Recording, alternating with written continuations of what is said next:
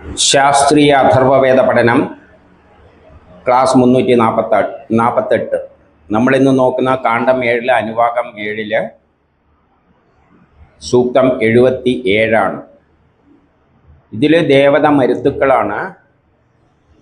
മരുത്തുക്കൾ എന്ന് പറയുന്നത് നമുക്കറിയാം, നമ്മളെ സ്വാധീനിക്കുന്ന പ്രധാനപ്പെട്ട ഗ്രഹങ്ങൾ സൂര്യനും ചന്ദ്രനും എല്ലാം ആണ്. പക്ഷേ ഈ സൂര്യനും ചന്ദ്രനും എല്ലാം തന്നെ ഒരു മരുത്തിൻ്റെ അകത്താണുള്ളത്. എത്രയോ കോടിക്കണക്കിന് നക്ഷത്രങ്ങളുള്ള ഒരു മരുത്തിൻ്റെ അകത്താണുള്ളത്. അങ്ങനെ 49 മരുത്തുക്കൾ കൂടിയതാണ് ഈ പ്രപഞ്ചം. ഈ മരുത്തുക്കളെല്ലാം സഞ്ചരിച്ചു കൊണ്ടിരിക്കുകയാണ്. അപ്പോൾ അവ എത്രമാത്രം നമ്മളെ സ്വാധീനിക്കുന്നുണ്ട് എന്ന് നമ്മൾ മനസ്സിലാക്കണം. മന്വന്തരങ്ങളെല്ലാം അതിൻ്റെ ചലനവുമായിട്ടാണ് ബന്ധപ്പെട്ട് കിടക്കുന്നത്. ഭൂമിയിലെ മഴ പെയ്യുന്നതിൻ്റെ എല്ലാം കൺട്രോൾ ആ മരുത്തുക്കളിലാണ്. നമുക്ക് ഇവിടെ കാലാവസ്ഥയെല്ലാം ഗ്രഹങ്ങളുടെ ചലനവുമായിട്ടാണല്ലോ ബന്ധപ്പെട്ട് കിടക്കുന്നത്. ചന്ദ്രനും അതും ഗ്രഹങ്ങളും എല്ലാം. അപ്പം ഈ മരുത്തുക്കളുടെ കാര്യം പറയുമ്പോൾ എന്തായിരിക്കും അവയുടെ സ്വാധീനം? പക്ഷെ നമുക്കത് അറിയുന്നില്ല, നമുക്കത് മനസ്സിലായിട്ടില്ല. പ്രപഞ്ചഘടന ഇന്നും ശാസ്ത്രലോകത്തിന് മനസ്സിലായിട്ടില്ല. അതുകൊണ്ട് അതിനെപ്പറ്റിയുള്ളൊരു ബോധം ഉണ്ടാക്കുവാൻ വേണ്ടിയാണ് ഈ മന്ത്രം എഴുതിയിരിക്കുന്നത്. ഇങ്ങനെ കുറച്ച് നമ്മളെ സ്വാധീനിക്കുന്ന മരുത്തുക്കളുണ്ട്, അതിനെ ഉപാസിക്കണം എന്ന് പറഞ്ഞാൽ അതിനെ മനസ്സിലാക്കി അതിനനുസരിച്ച് പ്രവർത്തിക്കണമെന്നാണ് അതിൻ്റെ അർത്ഥം. അതുകൊണ്ട് നമുക്ക് ആ മന്ത്രത്തിലേക്കൊന്ന് പോകാം. ഹരി ഓം. അഥർവവേദം കാണ്ഡം 7 അനുവാകം 7 സൂക്തം 77. ഋഷി അങ്കിരസ്, ദേവത, മരുത്ത്, ഛന്ദസ്, ഗായത്രി, തൃഷ്ടുപ്പ്, ജഗതി. സാംതപന ഇദം ഹവിർമരുതസ്തജുജൂഷ്ഠന അസ്മാകേതി രിഷാദസ യോനോ മർത്തോ മരുതോ ദുർഹൃണയുസ്തിരശ്ചിത്താദിവസവോ ജിഘാംസതി ദ്രുഹപാശാൻ പ്രതി മുഞ്ചതാം സ രൂപിഷ്ഠേന തപസ്സാ ഹന്തനം തം സംവത്സർസരീണ മരുത സ്വർഗാ ഉരുക്ഷയ സഗണ മാനുഷാസ തേ അസ്മദ് പാശാൻ പ്രമുഞ്ചന്ത്യേന സ സാംതപന മത്സര മാധയിഷ്ണവ. ഭാവാർത്ഥം: അല്ലയോ മരുത്തുക്കളെ, ഞങ്ങൾ നൽകുന്ന ഈ ഹവിസ് ശത്രുക്കളെ തടയുവാൻ വേണ്ടിയാണ്. ഇത് സ്വീകരിച്ചിട്ട് ഞങ്ങൾക്ക് രക്ഷ നൽകുക. ദൂരെ നിന്നുകൊണ്ട് ഞങ്ങളിൽ ക്രോധം നിറച്ച മനസ്സിനെ പ്രക്ഷുബ്ധമാക്കുന്ന ശത്രുവിനെ വരുണപാശത്താല് ബന്ധിക്കുക. മരുത്തുകൾ ആകാശവാസികളും നൂറ്റാണ്ടുകളായിട്ട് മന്ത്രങ്ങളാൽ സ്തുതിക്കപ്പെടുന്നവരും മനുഷ്യരുടെ ഹിതകാര്യം അതേസമയം അവരെ ദുഃഖിപ്പിക്കുന്നവരുമാണ്.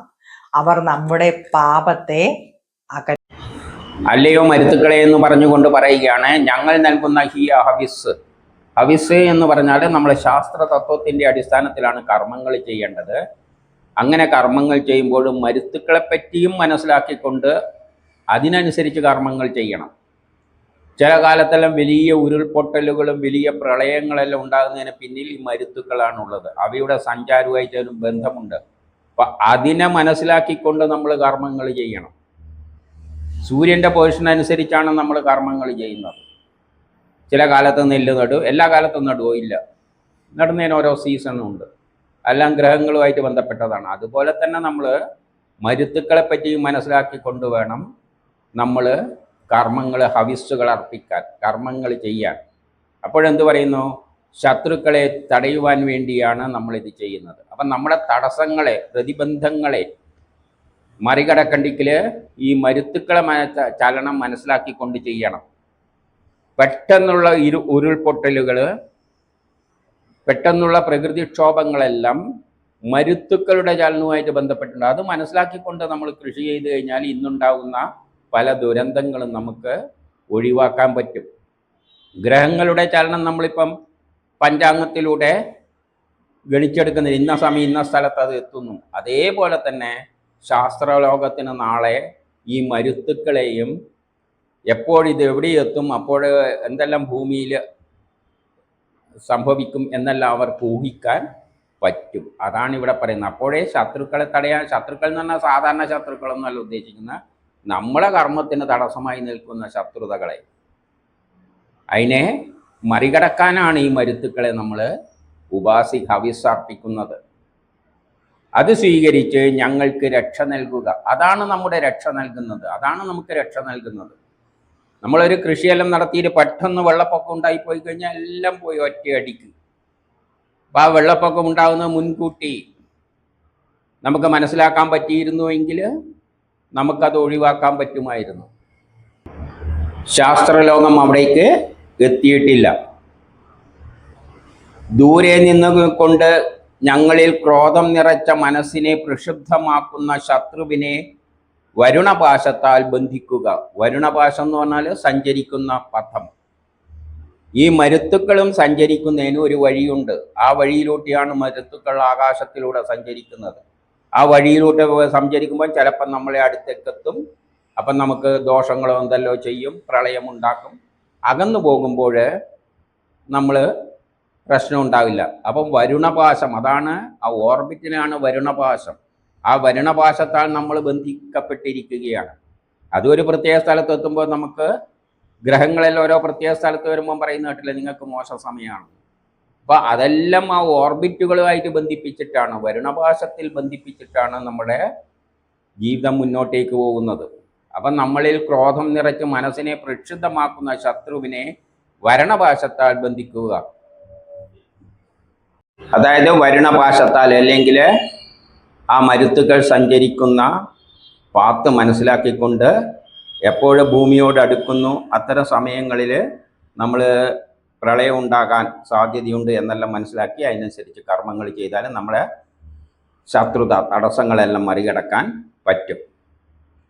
പിന്നെയോ ശത്രുവിനെ വരുണപാശത്താൽ അങ്ങനെ ബന്ധിക്കാൻ നമുക്ക് കഴിയും.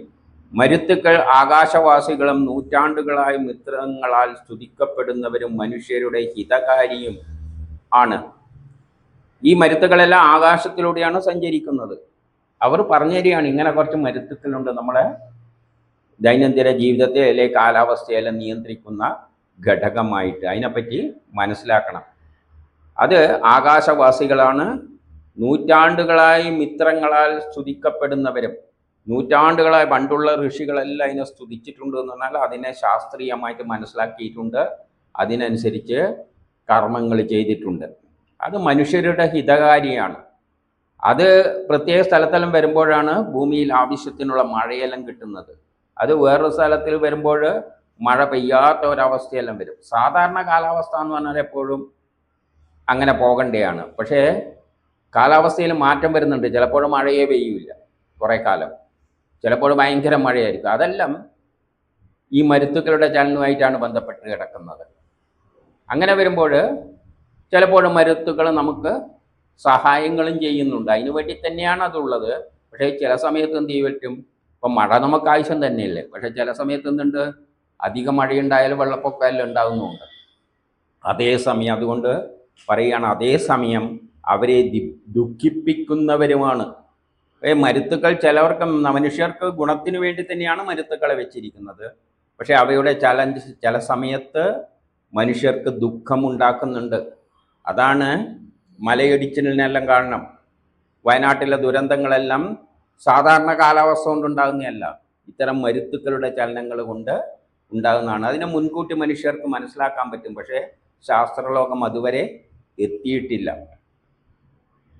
എന്നിട്ട് അവരോട് പറയുകയാണ്, നമ്മുടെ പാപമകറ്റണേ എന്ന് പറഞ്ഞാൽ നമ്മളെ കഷ്ടപ്പാടെല്ലാം മാറ്റിത്തരണേ. അതായത് അവ നല്ല നിലയിൽ സഞ്ചരിക്കുമ്പോഴും നമുക്ക് ഗുണമായിരിക്കും, മോശ നിലയിൽ സഞ്ചരിക്കുമ്പോഴും നമുക്ക് കഷ്ടപ്പാടുകളായിരിക്കും. അപ്പം മരുത്തുക്കളെ പറ്റിയുള്ള നമ്മളെ ബോധവാന്മാരാക്കുകയാണ്.